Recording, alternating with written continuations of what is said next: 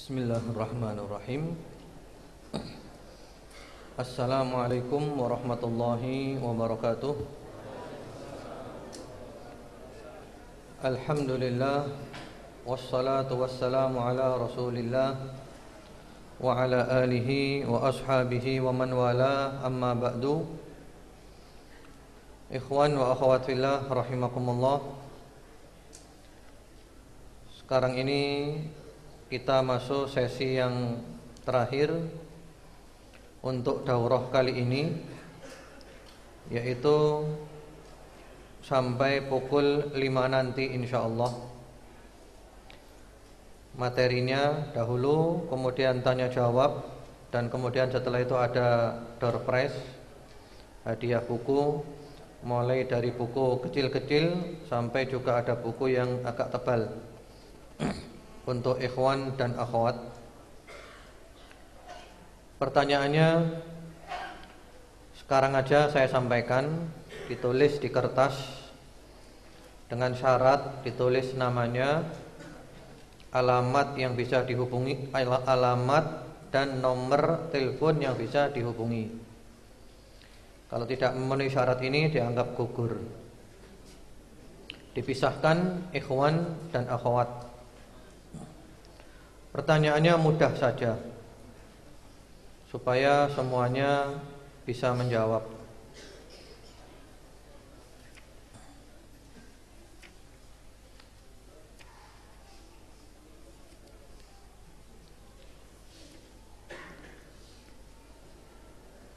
Iya. Pertanyaannya, apa inti dakwah Rasulullah sallallahu alaihi wasallam? Ya, inti dakwahnya, maksudnya yang paling beliau tekankan apa, dan larangan yang paling beliau tekankan apa. Ya.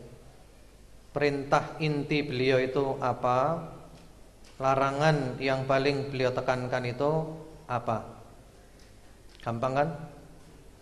Atau kurang gampang? InsyaAllah semuanya bisa kan? Nah, ditulis dengan nama, alamat, dan nomor yang bisa dihubungi. Dipisahkan ikhwan dan akhwat. Kemudian juga kalau ada pertanyaan, silakan dibedakan, ditulis pertanyaan supaya tidak dicampur dengan jawabannya. Kita lanjutkan. Qala Syekhul Musannif rahimahullahu ta'ala, waftaradallahu ala jami'il ibadi al-kufra fit-taghut wal iman billah. Halaman 264. Allah mewajibkan kepada tiap-tiap hambanya untuk mengingkari taghut dan hanya beriman kepada Allah Subhanahu wa ta'ala. Qala Ibnul Qayyim rahimahullah ta'ala, Ibnul Qayyim rahimahullah ta'ala berkata, at-taghut ma tajawaza fihi al-'abdu haddahu min ma'budin aw matbu'in aw muta'in. Taghut ialah segala yang diperlakukan seorang hamba secara melampaui batas, baik berupa sesuatu yang disembah, diikuti atau ditaati. Wat-tawaghitu katsiratun wa ru'usuhum khamsah. Taghut sangat banyak macamnya, dan pembesarnya ada 5. Iblis la'anahullah wa man 'ubida wa huwa radin, wa man da'an nasa ila ibadati nafsih, wa man idda'a syai'an min ilmil ghaib, wa man hakama bi ghairi ma anzalallah. Yang pertama adalah iblis yang dilaknat oleh Allah, Yang kedua, orang yang rela disembah. Yang ketiga, orang yang mengajak manusia untuk menyembah dirinya. Yang keempat, orang yang mengaku mengetahui sesuatu hal yang gaib. Yang kelima, dan orang yang berhukum dengan selain hukum yang diturunkan Allah Subhanahu wa taala. Wad dalilu qauluhu ta'ala. Dalilnya adalah firman Allah Subhanahu wa taala. La ikraha fid din. Qad tabayyana ar-rusydu minal ghayy. Faman yakfur bit-taghuti wa yu'min billahi faqad istamsaka bil 'urwatil wuthqa. Yang artinya tidak ada paksaan untuk memasuki agama Islam. Sesungguhnya telah jelas jalan yang benar daripada jalan yang sesat. Karena itu, barang siapa yang ingkar kepada taghut dan beriman kepada Allah, maka sesungguhnya ia telah berpegang kepada buhul tali yang amat kuat, yang tidak akan putus. Al-Baqarah 256. Wa hadza ma'na la ilaha illallah. Inilah pengertian makna la ilaha illallah. Wa fil hadithi, disebutkan dalam sebuah hadis, Ra'sul amri al-Islam wa amuduhu as-salah wa dirwatu sanamihi al-jihadu fi sabilillah. Pokok agama adalah berserah diri, yaitu berislam.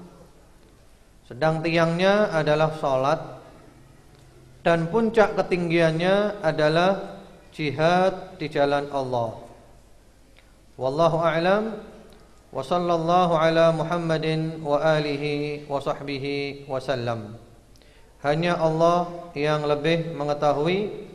Semoga salawat dan salam tetap tercurah atas Nabi Muhammad sallallahu alaihi wasallam beserta keluarga dan para sahabatnya. Ya. Sudah tuntas dari matanya. Mari sekarang kita lihat penjelasannya. Allah Subhanahu wa ta'ala mewajibkan kepada hamba-hambanya untuk kufur kepada taghut, mengingkari taghut, dan beriman kepada Allah Subhanahu wa ta'ala. Kufur kepada taghut dan iman kepada Allah Subhanahu wa ta'ala.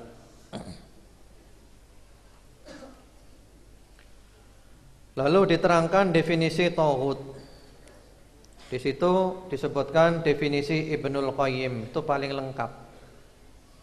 Kalau kita membaca kitab-kitab tafsir, maka ada beberapa penjelasan tentang taghut. Masalah taghut ini perlu dibahas, karena di Al-Quran banyak disebutkan tentang taghut. Siapa itu taghut, macam-macamnya, bagaimana menyikapinya. Ini perlu dibahas karena ada di Al-Quran, supaya orang tahu. Karena masalah taghut ini ada 3 kelompok. Yang pertama, kelompok yang tidak pernah bahas masalah taghut. Yang kedua, kelompok yang berlebih-lebihan menjelaskan masalah taghut. Yang ketiga adalah kelompok yang pertengahan, proporsional. Dan tentu kita ingin menjadi yang pertengahan, yaitu ahlus sunnah wal jamaah. Di antara firman Allah Subhanahu wa ta'ala yang membahas masalah taghut adalah surat Al-Baqarah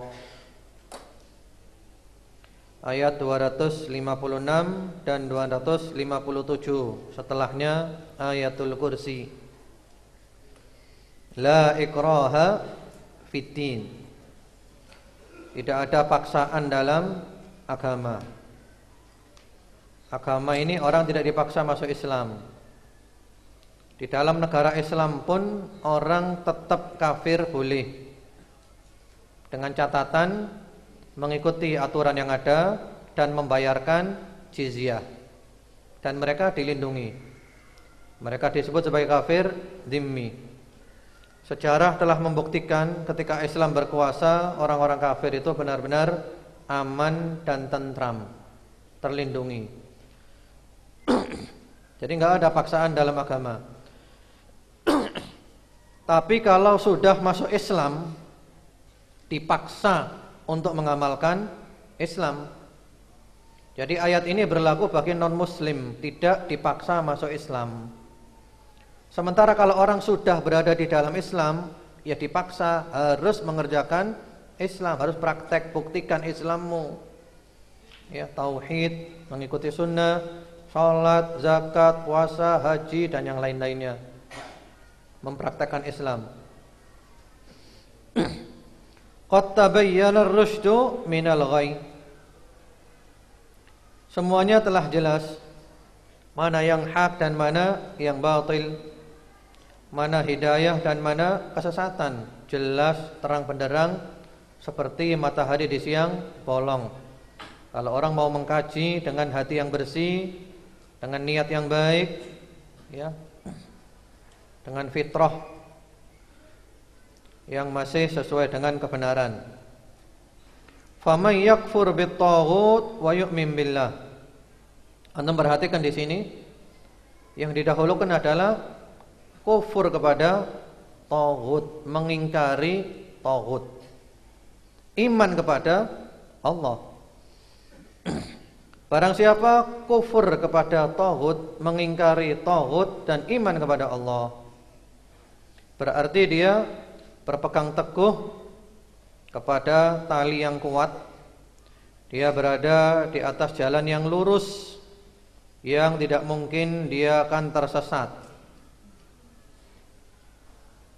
La infisama laha, enggak mungkin putus. Wallahu sami'un alim, Allah Maha mendengar lagi Maha mengetahui.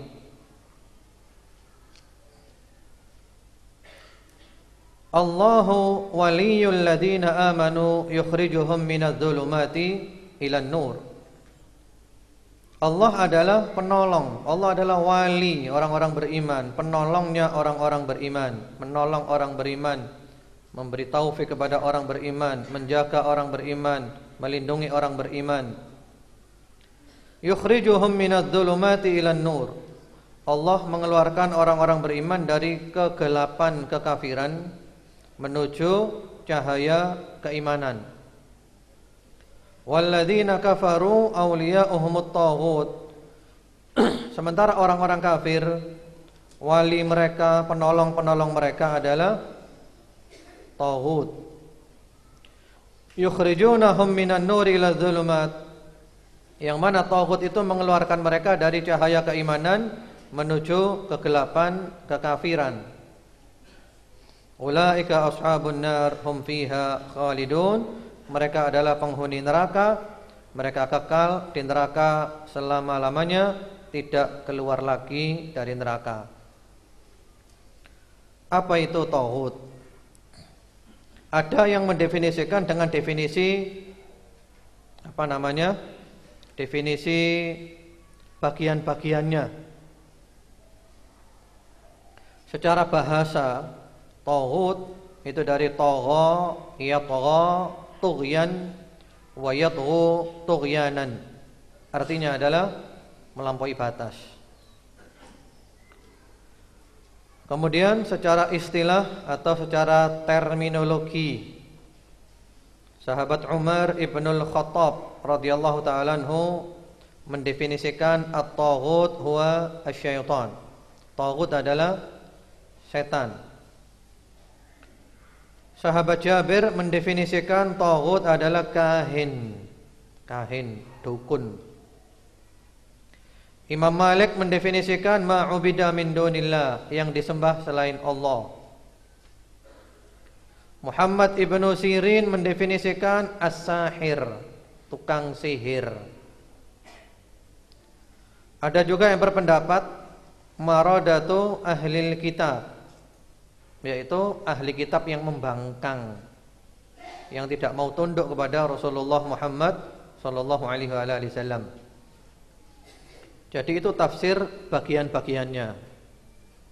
Adapun yang lengkap tentang tauhid, definisinya adalah yang disebutkan oleh Ibnul Qayyim. Beliau menggabungkan semua pendapat menjadi satu. At-tauhid huwa ma tajawaza bihil 'abdu haddahu min ma'budin au matbu'in au muta'in. Segala yang seorang hamba melampaui batas atasnya, baik berupa sesembahan atau pengikutan atau ketaatan. Ya. Jadi ada tauhid dalam hal sesembahan. Ya, ini masuk di dalamnya berhala-berhala. Jadi berhala itu adalah tauhid. Kalau antum melihat berhala, berhala adalah tauhid. Setan adalah tauhid. Siapapun yang menyuruh manusia menyembah dirinya, maka dia adalah tauhid. Itu tauhid atau tawaghit al-ibadah. Ada lagi tawaghit al-atba', tauhid dalam hal pengikutan, yaitu yang minta diikuti secara mutlak. Ikut saya benar, saya salah, ikut saya. Nah, ini dia adalah tauhid. Sehingga masuk di dalamnya al-ulama wal-ubbad, yakni ulama usu' wal-ubbad al-munharifin. Ulama-ulama yang jahat, yang mengajak manusia mengikuti dia walaupun nyimpang, dia nyeleweng, dia jelas-jelas nyeleneh, aneh, tapi minta manusia mengikuti dia. Ini adalah tauhid. Atau juga ahli ibadah yang menyimpang, yang menyeleweng, minta manusia ikuti dia. Ya, ini adalah tauhid dalam hal pengikutan. Kemudian tawaghitut ta'ah, tauhid dalam hal ketaatan, yang mengajak manusia untuk taat kepada dia walaupun dia itu nyimpang, pokoknya taat. Dia menghalalkan yang haram, mengharamkan yang halal, merubah hukum-hukum Allah. Pokoknya kalian harus taat. Ya.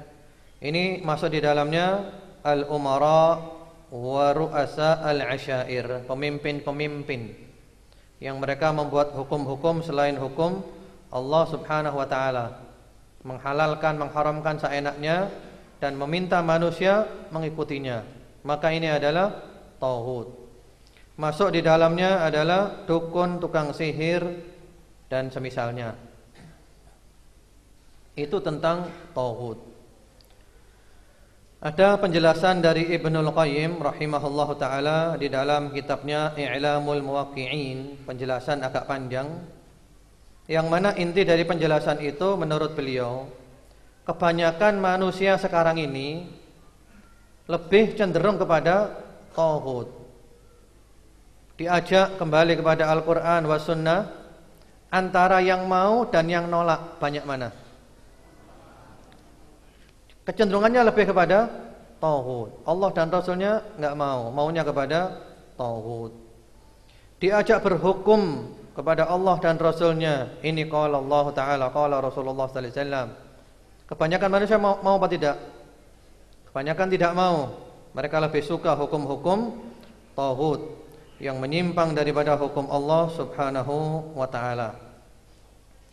Lalu disebutkan di situ tauhid itu macamnya banyak. Dan pemimpin tauhid ada 5. Ya, yang pertama-tama adalah iblis. Jelas. Yang kedua, wa man ubida wa huwa radin. Orang yang disembah dan dia rela. Rela ya. Kalau enggak rela enggak termasuk tauhid dia itu. Seperti Nabi Isa alaihi salam. Nabi Isa disembah, dituhankan. Tapi Nabi Isa tidak rela. Berarti Nabi Isa bukan tauhid. Ini kalau disembah dan dia itu rela, ini tauhid. Ada apa enggak sekarang seperti ini? Banyak kelompok-kelompok beragama itu, ya, yang anak buahnya, murid-muridnya benar-benar mengkultuskan dia, rukuk, bahkan sujud kepada gurunya. Gurunya ridho. Berarti gurunya ini siapa? Tauhid dia. Karena dia disembah dan dia ridho, dia mau, dia rela. Rukuk kepada gurunya, sujud kepada gurunya. Ya, seperti itu. Berarti gurunya adalah tauhid. Kemudian yang ketiga, wa manidda'a syai'an min ilmil ghaib. Orang yang mengklaim mengetahui ilmu yang ghaib. Ghaib itu sesuatu yang tidak bisa dijangkau oleh indera dan akal semata, atau maksudnya di sini adalah perkara-perkara yang terjadi ke depan nanti, masa depan. Tukang ramal bisa meramal nasibnya orang, itu adalah tauhid. Sehingga antum kalau lihat di TV orang meramal nasibnya begini, berarti si peramal siapa? Dia adalah tauhid. Karena dia mengklaim dia tahu sesuatu yang gaib.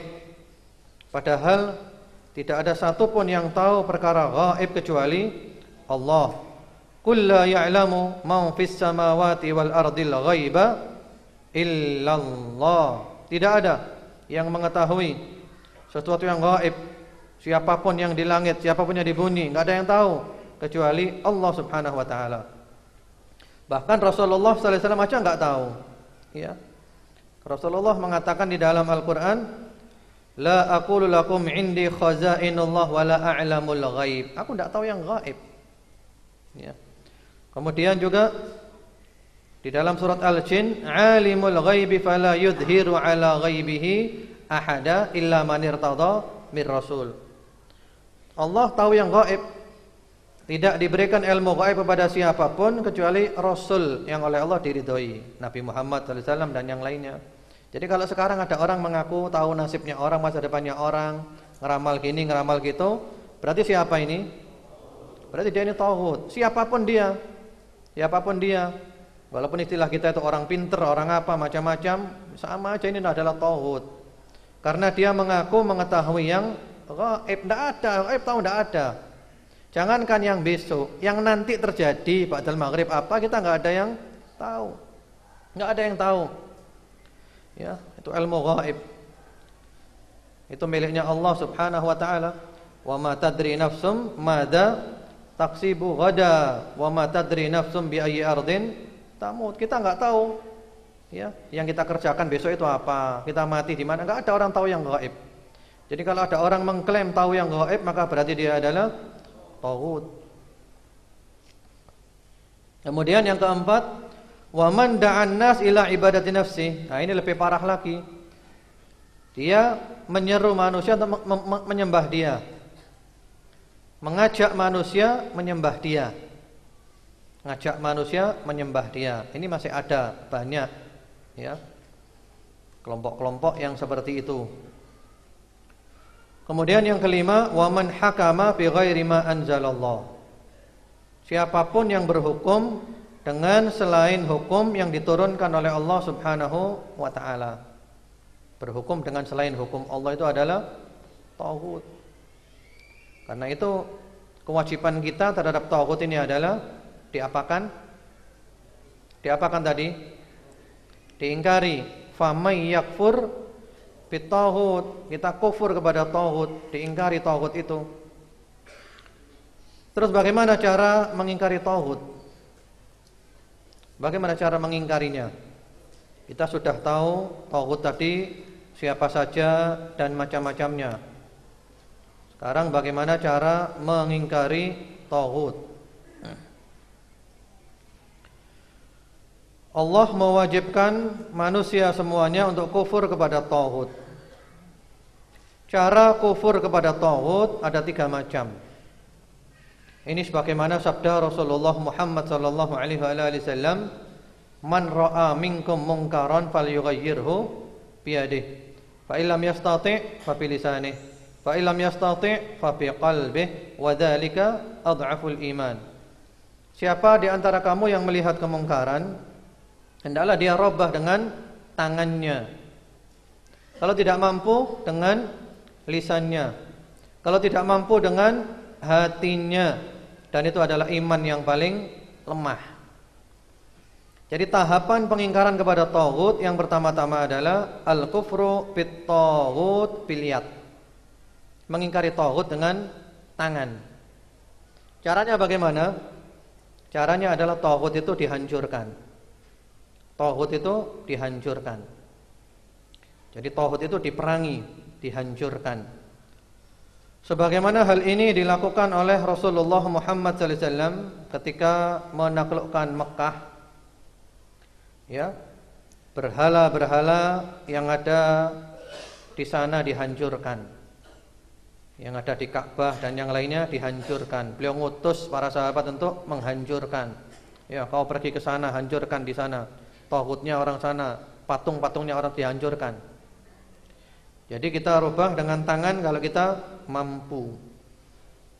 Wa hadza wajibun ma'al istita'ah. Kalau kita mampu merubah dengan tangan, dengan kekuatan, dengan tangan. Kalau mampu, ya, kalau mampu. Seperti misalnya kalau kita berbicara tentang pemerintahan yang berhukum dengan hukum taghut, kita wajib untuk mengingkarinya, kufur dengan tangan, yaitu dihilangkan taghut itu, diganti dengan hukum Allah Subhanahu wa taala. Kalau kita mampu. Kalau kita mampu, ya. Maksudnya mampu itu ya kita punya kekuatan yang memadai, yang memungkinkan kita untuk menghilangkan taghut itu. Lah kalau kita enggak mampu, ya bukan dengan tangan. Sebagaimana Rasulullah sallallahu alaihi wasallam ketika masih periode Mekah, enggak bisa dengan tangan karena enggak punya kemampuan apa-apa. Di sana banyak berhala, banyak patung, Rasulullah dihina, dicaci, sahabat dibunuh, disiksa, enggak bisa apa-apa, enggak bisa dengan tangan karena tidak mampu. La yukallifullahu nafsan illa wus'aha, fattaqullaha mastata'tum. Kalau mampu. Lah kalau tidak mampu dengan tangan, karena kalau kita tidak mampu dan memaksakan diri ya kasarnya itu perbuatan kita sia-sia, tidak membawa hasil.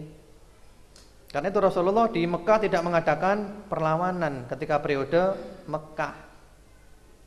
Nah, setelah periode Madinah, apalagi Fathu Mekah, menaklukkan kota Mekah, baru dihilangkan taghut-taghut itu. Kemudian yang kedua, al-kufru bi jinsi taghut bil lisan.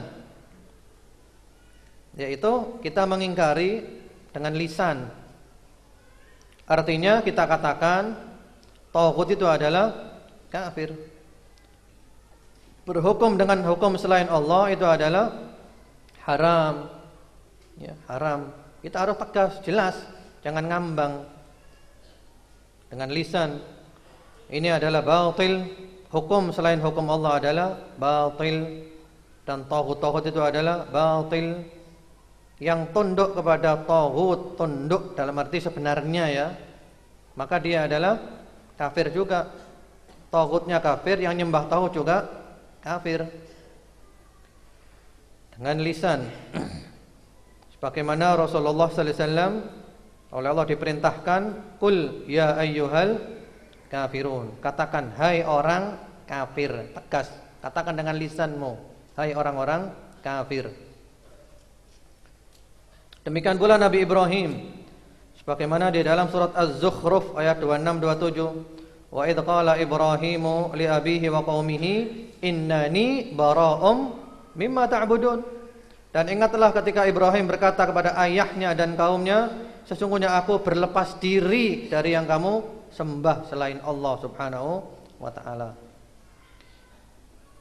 Nah, ini juga tergantung kemampuan. Kita mau mengatakan ini kalau berani, kalau enggak berani maka gugur juga. Fattaqullaha mastata'tum, la yukallifullahu nafsan illa wus'aha.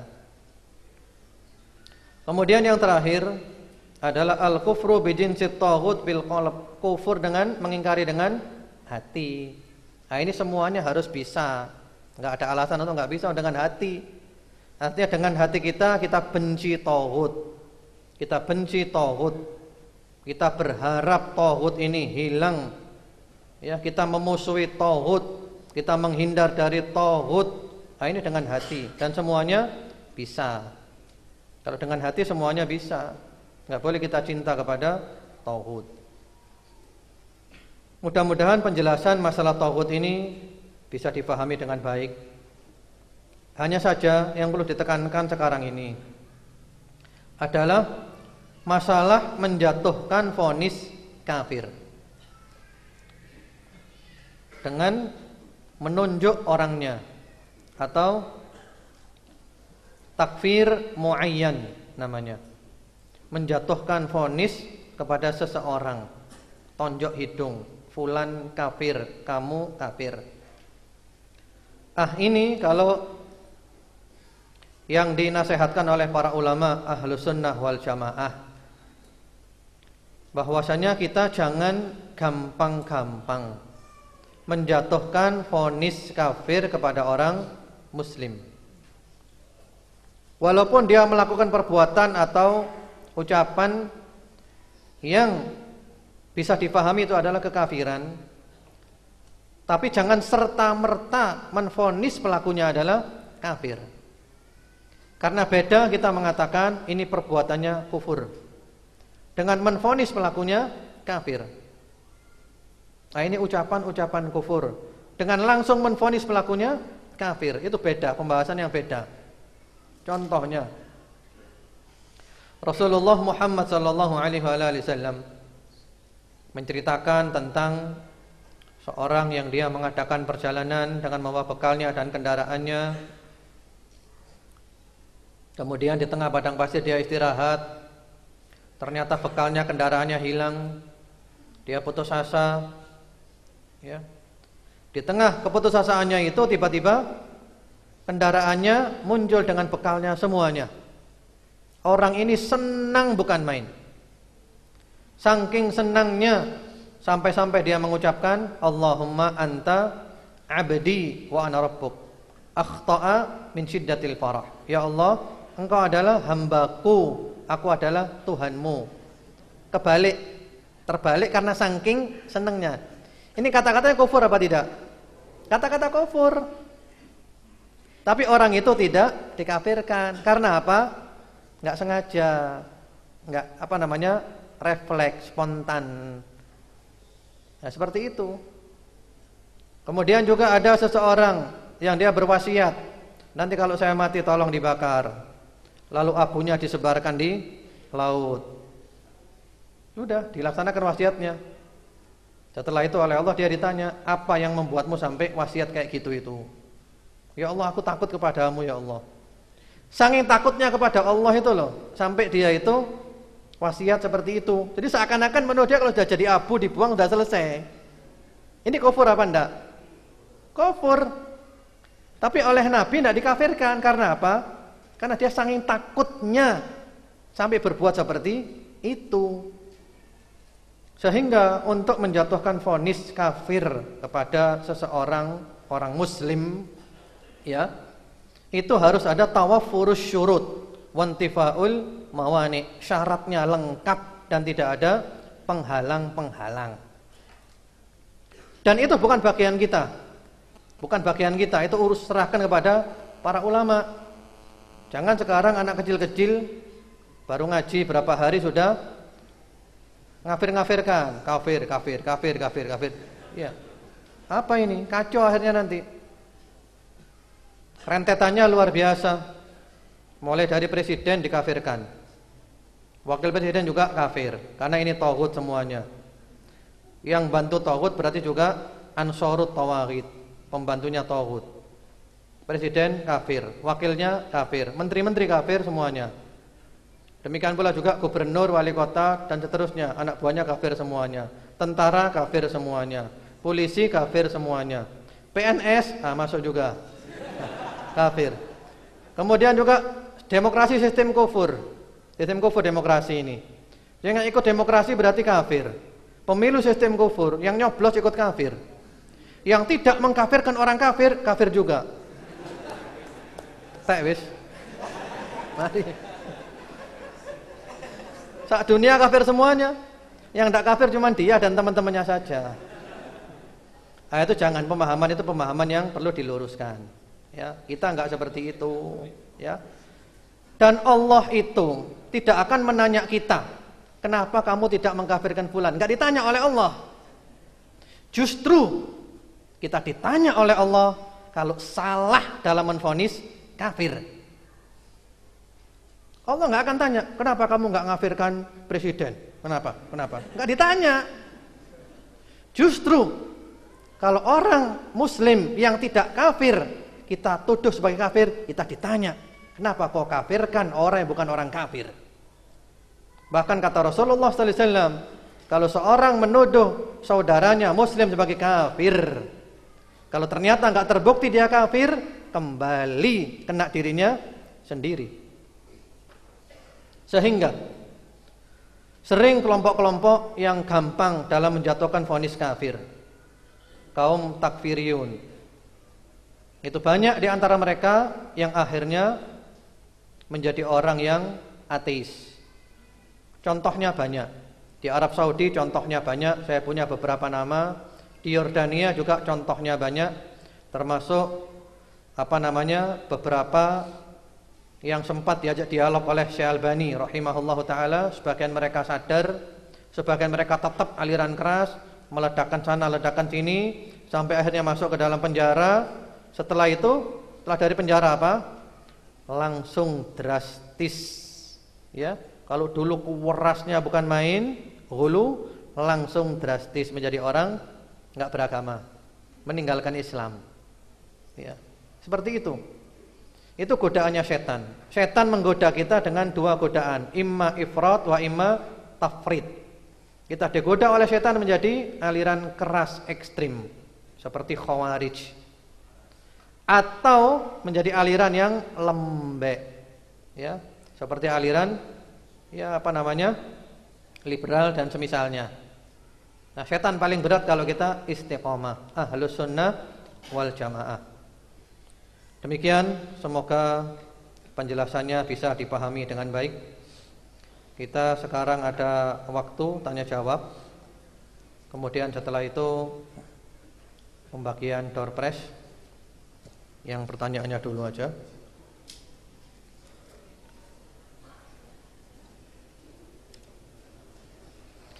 Bagaimana apabila ada ustadz yang mengatakan bahwa pemerintah kita Indonesia taghut karena mereka tidak berhukum dengan hukum Allah? Selain itu kita dilarang taat pada pemerintah. Mencela ustadz yang lain bahwa mereka menutup-nutupi dalil bahwa yang tidak berhukum dengan hukum Allah adalah kafir. Saya sangat bingung ustadz atas pernyataan tersebut. Syukron atas jawabannya. Tidak berhukum dengan hukum Allah itu ada 3 macam. Jangan ditutup-tutupi. Nah, gitu kan. Jangan dijadikan satu. Itu kan ada di dalam surat Al-Maidah. Wa man lam yahkum bima anzalallah faulaika humul kafirun. Ada juga faulaika humul fasikun. Ada juga faulaika humud zalimun. Diperinci. Yang kafir itu kalau dia berkeyakinan ada hukum selain hukum Allah yang sama dengan hukumnya Allah, yang boleh diamalkan. Sama dengan hukumnya Allah, boleh diamalkan, enggak apa-apa walaupun nyimpang. Nah, ini kafir. Atau juga fasik dan dolim karena ada kepentingan-kepentingan tertentu. Sementara kalau dia berkeyakinan bahwa semua hukum yang menyalahi hukum Allah adalah hukum yang menyimpang, yang tauhid, yang kufur, tapi dia berhukum dengan selain hukum Allah itu karena ada unsur kepentingannya, karena untuk mendolimi orang dan yang lainnya, maka dia tidak sampai jatuh ke derajat kekafiran, karena dia yakin hukum Allah adalah hukum yang terbaik. Enggak ada hukum kayak hukum Allah, enggak ada. Hukum Allah adalah hukum yang terbaik, enggak ada yang sama dengan hukum Allah. Dan enggak boleh berhukum dengan hukum yang menyimpang dari hukum Allah. Dia yakin, seyakin-yakinnya. Cuman dia berhukum dengan selain hukum Allah itu karena ada faktor kepentingannya dan yang lain-lainnya. Ini enggak sampai kafir. Bisa jadi ke derajat fasik atau dolim. Jadi tidak dihantam kromo begitu saja. Jadi jangan ditutup-tutupi dalil ya. Jadi dalil terangkan semuanya. Jangan yang bela kelompoknya, yang bela kelompoknya saja. Kemudian juga pemerintah kita tauhid. Memang hukumnya hukum tauhid, betul. Sistem tauhid, betul. Enggak salah itu. Sistemnya sistem tauhid, betul. Ya. Cuman kalau negaranya negara apa? Islam. Dengan kriteria tadi yang telah dijelaskan. Adapun dilarang taat kepada pemerintah, itu perlu diperinci. Dilarang taat dalam hal-hal yang berupa maksiat. Kalau enggak maksiat, ya taat.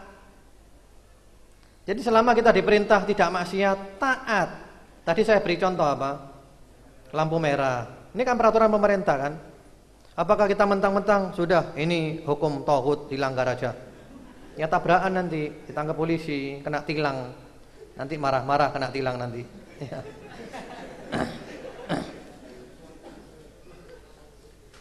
Karena ada juga yang sampai ekstrim bukan main. Jadi pokoknya selain hukum Allah kafir. Sehingga saking kebablasannya sehingga pemain sepak bola itu kafir semuanya. Kenapa? Karena mereka berhukum dengan selain hukum Allah. Iya kan? Kalau bola kena tangannya hand, mana di Quran ada itu? Enggak ada. Kalau ini gering ya, masuk dulu orangnya offset. Ah ini kafir ini sudah, ini hukum selain hukum Allah. Oh ini kebablasan. Ini permainan Pak, ini Pak. Jadi yang dimaksud yang melanggar dari hukum Allah. Nah, ini permainan, bukan melanggar hukum Allah itu. Ada yang seperti itu, udah kebablasan itu. Jadi perlu diluruskan. Semangat itu bagus. Tapi agama bukan pakai semangat saja. Enggak cukup modal semangat, pakai ilmu, ngaji, sabar. Ya. Kayak Nabi itu loh. Di Thaif dilempari batu, ditawari malaikat, bagaimana kalau diledakkan gunungnya? Istilahnya kalau kita ini ya bom aja wis. Itu. Iya. Nabi Muhammad bilang apa? Jangan. Ya, mudah-mudahan mereka dapat hidayah. Jadi butuh waktu. Kita senang kalau orang itu kemudian sadar, dapat hidayah, masuk Islam, mati dalam keadaan Islam daripada mati dalam keadaan kafir. Jadi sekali lagi, yang perlu kita tekankan di sini, setan itu berusaha untuk menjerumuskan orang dalam salah satu dari dua, imma ila ifrat wa imma ila tafrid, didorong untuk menjadi ekstrim. Ekstrim bukan main sudah. Gampang vonis orang kafir. Kalau kita bicara Khawarij zamannya para sahabat dulu, sahabat Ali bin Abi Thalib dituduh sebagai apa? Kafir. Bayangkan, sahabat Ali dituduh kafir. Dan orang Khawarij itu ahli ibadah, sholatnya, puasanya, ngajinya, wah luar biasa. Sholat kamu kalah dengan sholat mereka, ibadahmu dengan ibadah mereka, ngajimu, puasamu kalah dengan mereka. Tapi kata Rasulullah sallallahu alaihi wasallam, yamruquna minad din kama yamruqus sahmu minar ramiyah. Mereka keluar melesat dari agama seperti anak panah yang keluar melesat dari busurnya. Yaqra'unal Qur'an la yujawizu hanajirahum wa fi riwayah la yujawizu taraqihim. Mereka baca Al-Qur'an tapi tidak melebihi kerongkongannya.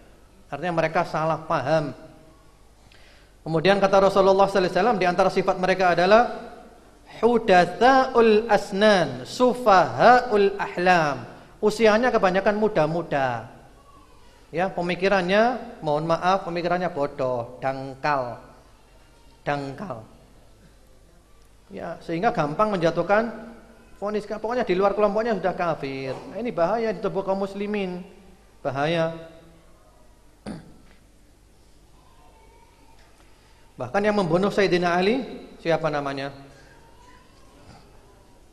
Abdurrahman bin Muljam, orang Khawarij. Dia ini mulutnya tidak pernah berhenti ngaji Quran, ngaji tok. Qomat kamit ngaji. Ya, membunuh Sayyidina Ali bin Abi Thalib radhiyallahu taala anhu. Sayyidina Ali, siapa beliau? Subhanallah, dibunuh. Dan membunuh Sayyidina Ali, dia merasa telah membunuh apa namanya? Membunuh orang jahat. Dia merasa ibadah sudah itu. Akhirnya ketika dia dihukum, disebutkan dalam riwayat ya, Al-Bidayah wan Nihayah dan yang lainnya, dia dipotong tangannya, dipotong kakinya, diam aja zikir terus. Sampai ketika mau dipotong lidahnya baru bergeming. Kenapa? Takut enggak bisa zikir lagi. Ini orang tersesat. Qul hal nunabbi'ukum bil akhsarina a'mala alladzina dhalla sa'yuhum fil hayatid dunya wa hum yahsabuna annahum yuhsinuna sun'a. Itu orang Khawarij, disebutkan di antara tafsirnya, tersesat menyangka berbuat baik. Ya, seperti itu. Jadi hati-hati. Agama ini bukan main-main, perlu belajar, perlu sabar, dan belajar itu pelan-pelan. Seperti orang sekolah, ya, mulai dari playgroup, TK, SD, SMP, ada tahapnya. Sehingga ilmunya itu sesuai dengan prosedur. Jangan baru belajar langsung kuliah S3. Hasilnya apa? Koslet. Koslet akhirnya.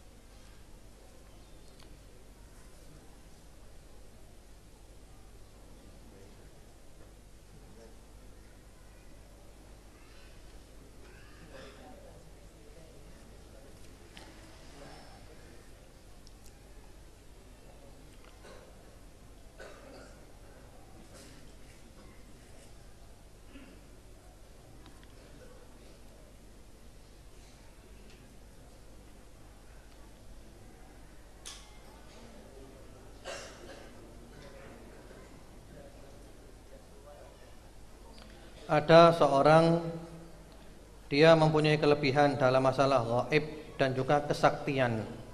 Apakah orang itu termasuk tauhid?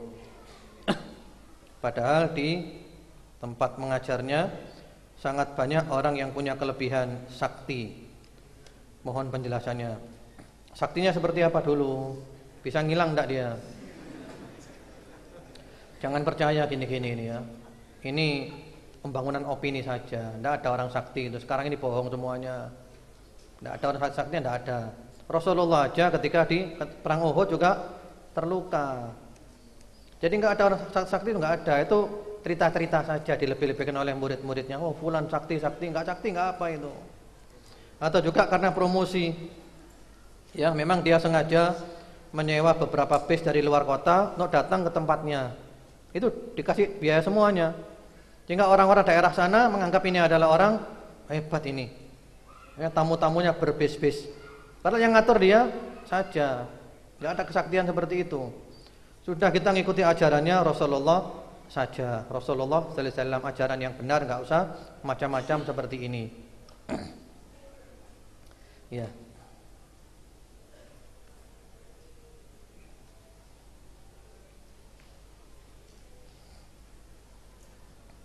Ya, itu dulu saya kira pertanyaannya. Sekarang door prize. Kitabnya yang lainnya mana? Ini banyak yang titip hadiah. Yang ikhwan dulu. Satu-satu. Ini kitab yang kecil dulu. Hisnul Muslim yang ikhwan. Ini jangan dilihat kitabnya kecil ya. Tapi dilihat dari kenang-kenangannya, ya, kenang-kenangan daurah.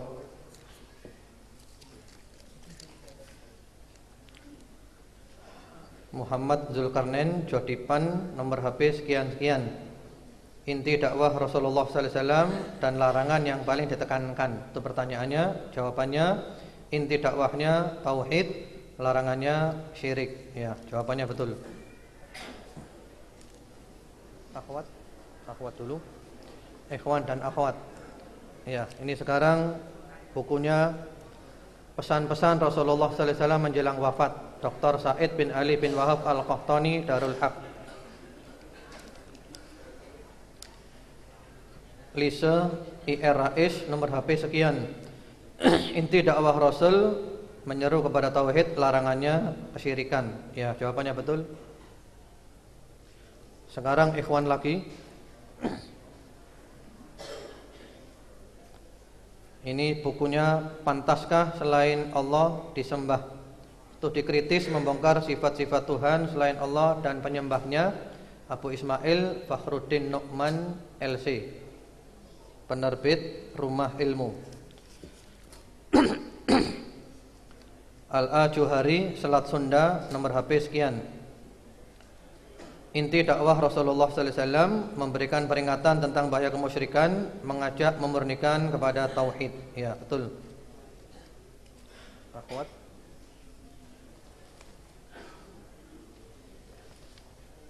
Ya, ini kitabnya.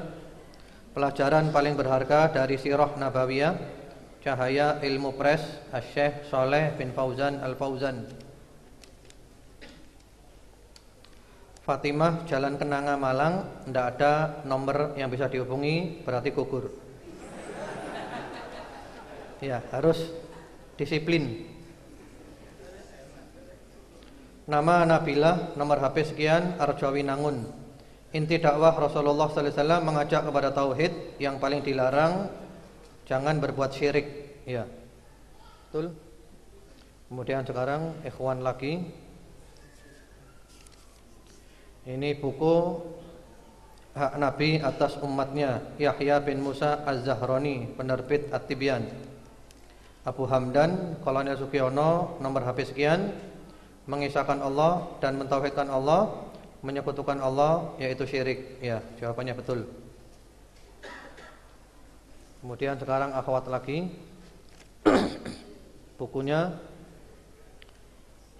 Jamuan Makan Bersama Nabi, Tata cara serta sopan santun dalam makan dan minum menurut sunnah Rasulullah sallallahu alaihi wasallam, Muhammad Nasar, Pustaka At-Tibyan.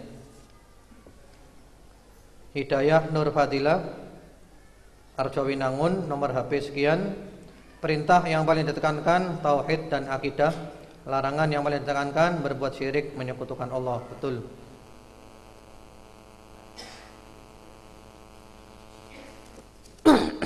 Ya, sekarang akhwat. Ikhwan ya, tadi itu akhwat ya. Ya, sekarang ikhwan. Prastiawan Wibowo, Kriya Amarta, Merjosari, nomor HP sekian. Inti dakwah Rasulullah sallallahu alaihi wasallam, dakwah tauhid. Larangan yang beliau tekankan yaitu syirik. Ya, betul. Ini bukunya, yaitu buku Pesona Akhlak dan Kekuatan Pribadi Manusia Teragung Sepanjang Masa Muhammad sallallahu alaihi wasallam, Hisham Muhammad Said Bargis. Ya, penerbitnya Darul Haq. Sekarang akhwat lagi. Bukunya Akidah Ahlus Sunnah versus Ahlul Bid'ah tentang sahabat Nabi, Profesor Dr. Ibrahim bin Amir Ar-Ruhaili, penerbit Darul Ilmi. IMA, nomor HP sekian, Mulya Agung. Jawabannya meluruskan tauhid dan tinggalkan syirik. Ya, betul. Ya.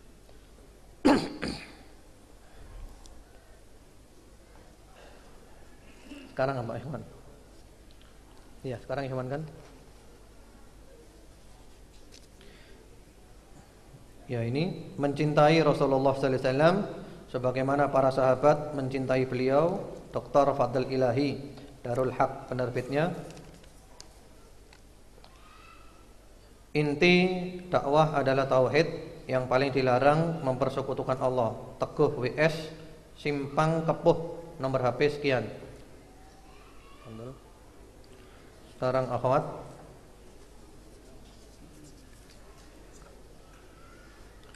Satu jam belajar mengurus jenazah, Arif Fathul Ulum, penerbit Darul Ilmi.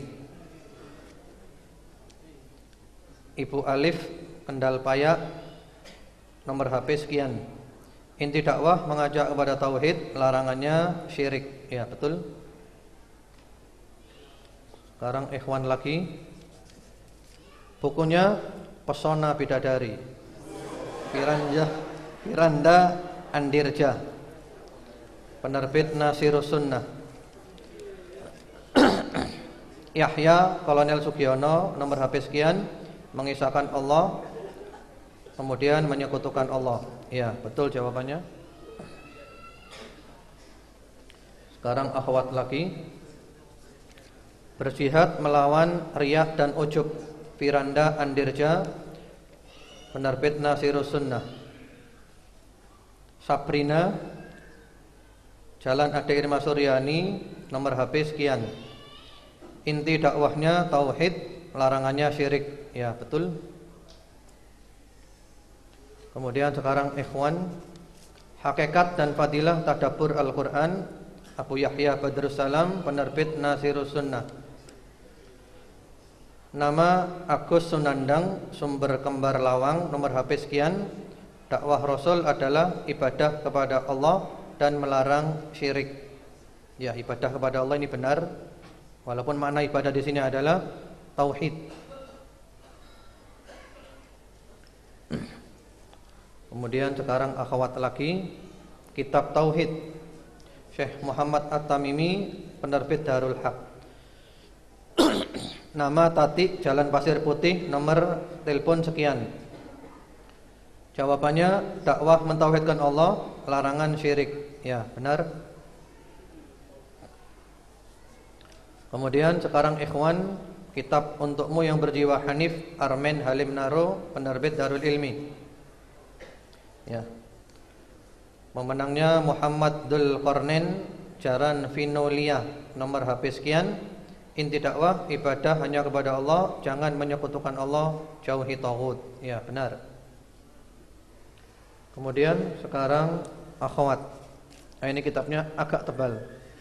Intisari Akidah Ahlus Sunnah wal Jamaah, kumpulan dari para ulama, dikumpulkan oleh Abdullah bin Abdul Hamid Al-Athari, penerbit pustaka Imam Asy-Syafi'i rahimahullah ta'ala. Pemenangnya adalah Rasyidah Sawu Jajar, nomor HP sekian. Dakwah yang ditekankan tauhid, yang dilarang syirik. Ya, benar. Kemudian sekarang ikhwan lagi, kitabnya paling besar, Tazkiyatun Nafas, penyucian jiwa dalam Islam, Syekh Ahmad Farid, penerbit Ummul Qura. Pemenangnya nama Kurniawan Sidoarjo, nomor HP sekian. Yang tugas utama mengajak kepada tauhid, memperingatkan menjauhi syirik. Ya, enggak rugi dari Sidoarjo ini. Ganti ongkosnya ini.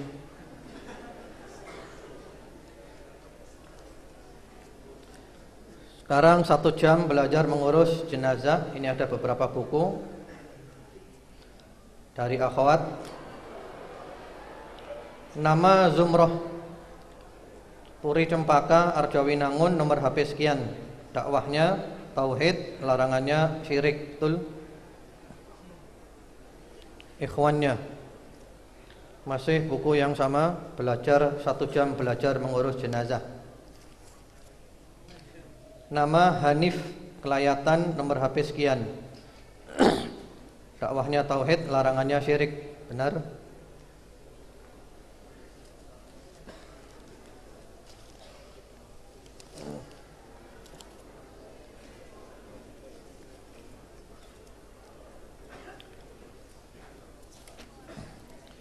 Bukunya sama, 1 jam belajar mengurus jenazah. Ibu Nani, Pondok Mutiara Singosari, nomor HP sekian. Inti dakwah tauhid, larangannya syirik. Benar.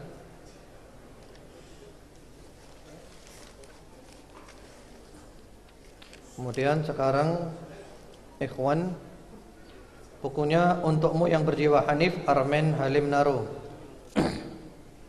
Pemenangnya M. Hamim Masduki, Cemoro Kandang, nomor HP sekian.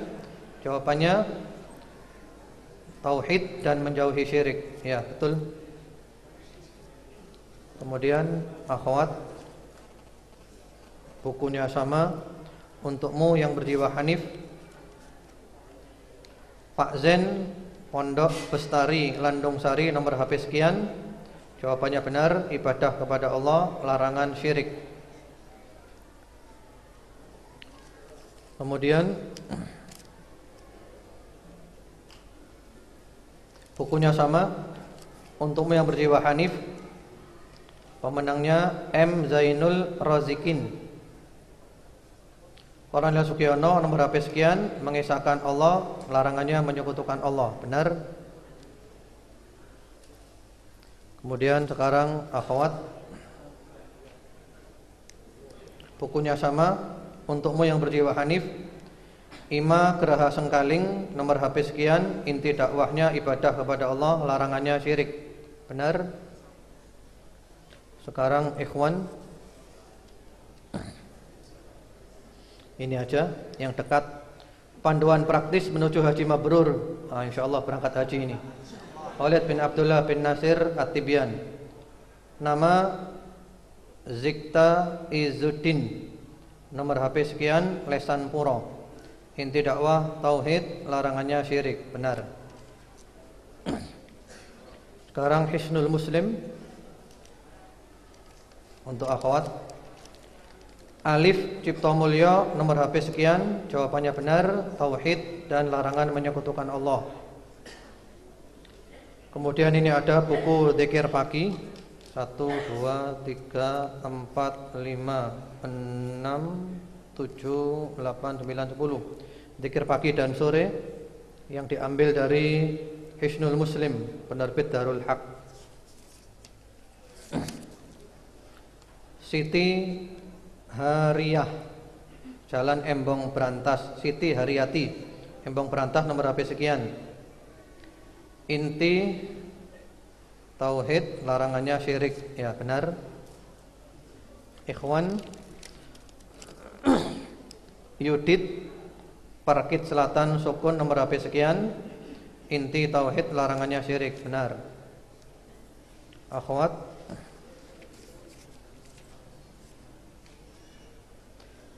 Atifa Sawu Jajar, nomor HP sekian. Inti tauhid, larangan syirik. Benar. Ikhwan, Agus Supriyanto Kornel Sugiono, nomor HP sekian. Inti menyembah Allah, larangannya menyekutukan Allah. Benar. Akhwat, Afifah Setiani Kolonel Sugiono, nomor HP sekian-sekian. Intinya tauhid, larangannya syirik. Ikhwan, Yusron Imami Kolonel Sugiono, nomor HP sekian. Intinya, jawabannya betul. Langsung aja ya, jawabannya benar. Akhwat, Romiati Danau Limboro Sawojaja, nomor HP sekian. Jawabannya benar. Eko Budi Cahyono Kornel Sugiono, nomor HP sekian. Jawabannya benar. Kemudian akhwat lagi, Ummu Sahib Sawojajar, nomor HP sekian. Jawabannya benar.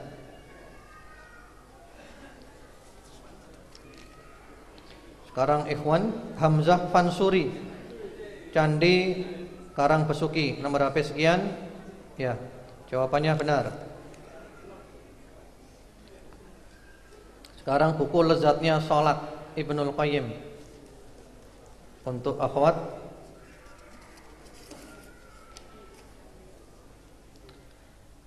Yuyun Tanjung, nomor HP sekian-sekian. Jawabannya benar. Sekarang ikhwan, saudariku, apa yang menghalangimu berhijab? Ya. Anto Wahyudi Poncokusumo, nomor HP sekian. Jawabannya benar. Buku sama untuk akhwat.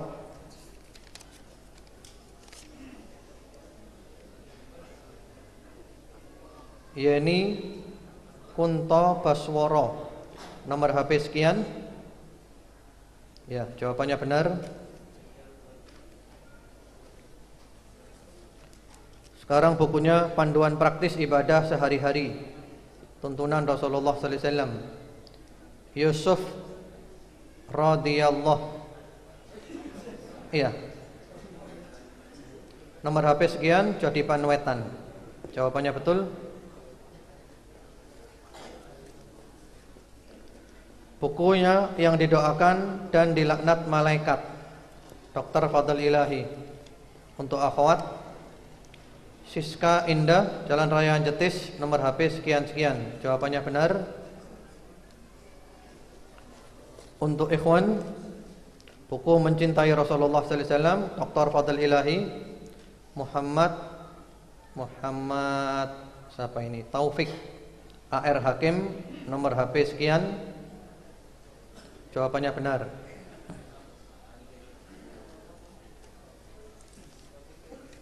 Berikutnya lagi Panduan Amal Soleh di Musim Hujan, Muhammad Abduh Tuasikal.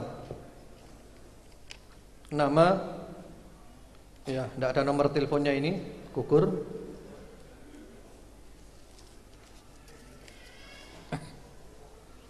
Bu Lilik Nurjannah Tumapel Singosari, nomor HP sekian. Jawabannya benar. Kemudian sekarang ikhwan, bukunya 40 Manfaat Salat Berjamaah, Syekh Abu Abdillah Musnid Al-Qahtani, Darul Haq. Muhammad Nur Cahyo, nomor HP tapi tanpa alamat, gugur. Gugur ya. Ini Aditya Simpang Piranha atas, nomor HP sekian. Ya, jawabannya benar. Untuk akhwat, 38 kebijakan Rasulullah sallallahu alaihi wasallam dalam menyelesaikan kemelut problematika umat, Muhammad Saleh Al-Munajjid At-Tibyan. Nurul Hikmah Sawo Jajar, nomor HP sekian-sekian. Ya, jawabannya benar. Kemudian buku 100 faedah dari surat Yusuf, Syekh Muhammad Saleh Al-Munajjid, Darun Naba. Nur Hidayat Turen, nomor HP sekian. Jawabannya benar. Kemudian untuk akhwat, buku Indahnya Islam dan Manisnya Iman, Abu Yahya Badrussalam. Ummu Hamdan, Korana Sugiono, nomor HP sekian. Jawabannya benar.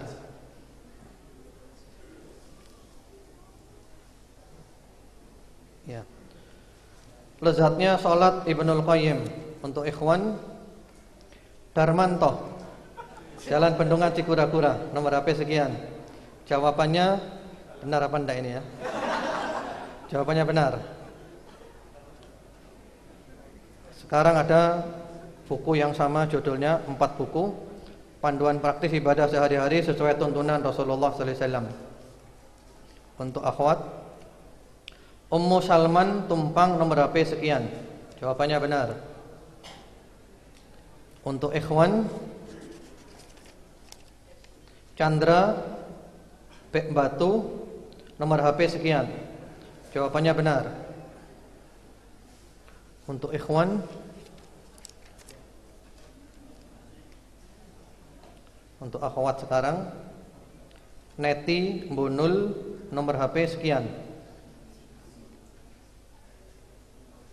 Ya, jawabannya benar. Kemudian sekarang ikhwan, Panjua Purwodadi Pasuruan, nomor HP sekian. Ya, jawabannya benar.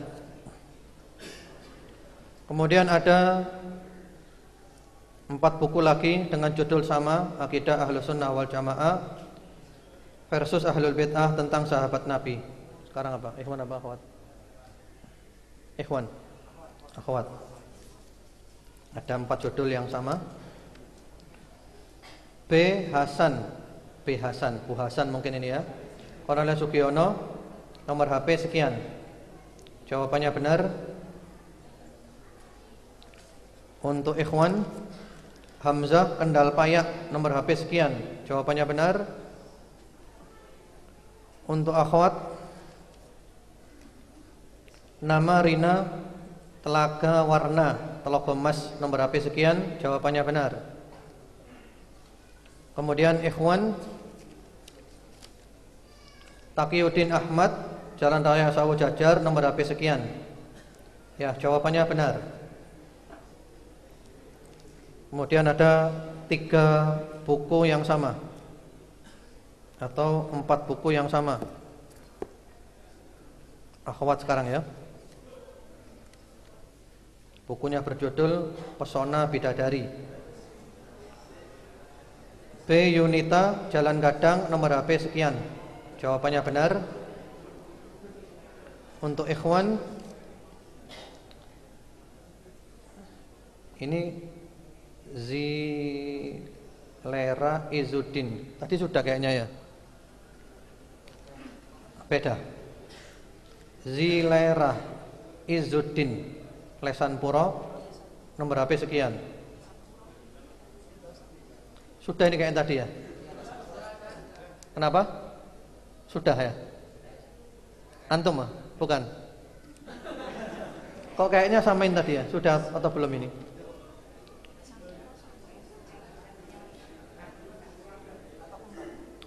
Sudah. Iya, jawabannya betul. Akhwat. Ibu Laras Sawo Jajar, nomor HP sekian. Jawabannya benar. Ikhwan. Eko Budi Cahyono, Kolonel Sugiono, nomor HP sekian-sekian. Jawabannya benar. Ya, tinggal 2 buku. Akhwat dan ikhwan. Kitab Tauhid untuk akhwat. Erni Komaria di Ponorogo Batu, nomor HP sekian. Jawabannya benar. Yang terakhir 1 jam belajar mengurus jenazah untuk ikhwan. Andri pakai saji, nomor HP sekian. Jawabannya benar. Iya. Ya, mungkin demikian dulu. Kemudian yang terakhir, ikhwan wa akhwat fillah rahimakumullah, kita sudah menghatamkan kitab Syarah Thalatha Usul. Mudah-mudahan kitab ini bermanfaat. Dan kami juga mengucapkan terima kasih kepada semua pihak yang telah membantu untuk kelancaran acara ini. Dari pihak mana saja, dari masjid, dari ikhwan, dari akhwat semuanya. Mudah-mudahan amal antum diterima oleh Allah Subhanahu wa taala dan ini menjadi amal jariah yang membawa keuntungan di dunia sampai ke dalam surga nanti. Kemudian acara seperti ini apakah perlu diadakan lagi atau cukup?